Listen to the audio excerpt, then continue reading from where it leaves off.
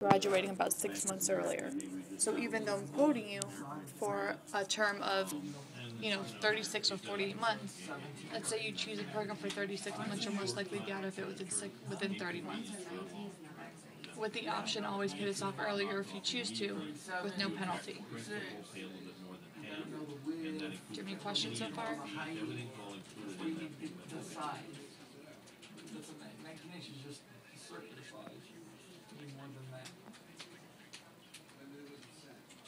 Once your first payment is made into the program, we will be sending your creditors power of attorney letters stating that you have hired us to represent you. Okay? And that any further communication should go to us and not to you. Now let me ask you a question. Do you need to make any big purchases over the next couple of years? Are you looking to purchase a house or?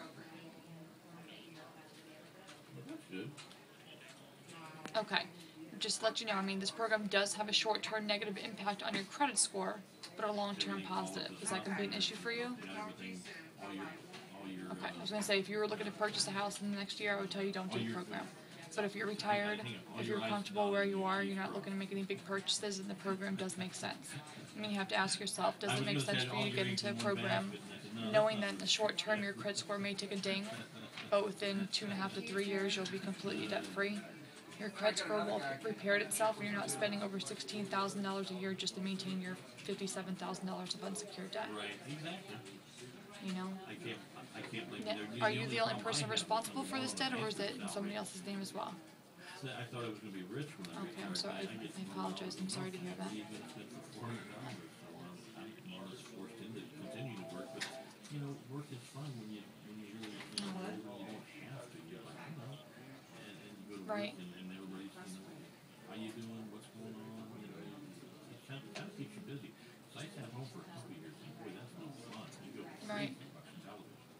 At least you would have your husband to entertain you, so you can get out and ride bikes or go for walks. No. The payments are made directly to you. What happens is we're going to set you up with a trust account. That's strictly just in your name. Okay. Legally, nobody can touch that money except you.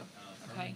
The negotiators can see into the account to know how much money's in there, to know when to pay off the first creditor that has the lowest balance. So for example, when a credit card company agrees to settle for less than what you currently owe, they are demanding the payment in full. The reason why they're demanding the payment in full is because they have certain guidelines that they have to abide by, as do we. Okay, I'm sure you've heard of the bailout that they're receiving.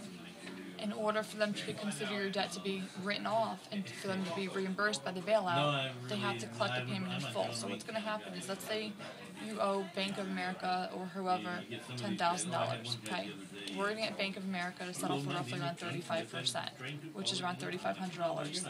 Each month, your payment goes into the trust account. Once you have $3,500 saved in the trust account, that's when they're going to start negotiating your debt with Bank of America. So we do not send them a monthly payment. That's where the short-term negative impact comes on your credit score. It's going to show you as being late in order to show the credit card companies that you're obviously in a financial hardship in order to get them to be willing to settle for less than what you currently owe.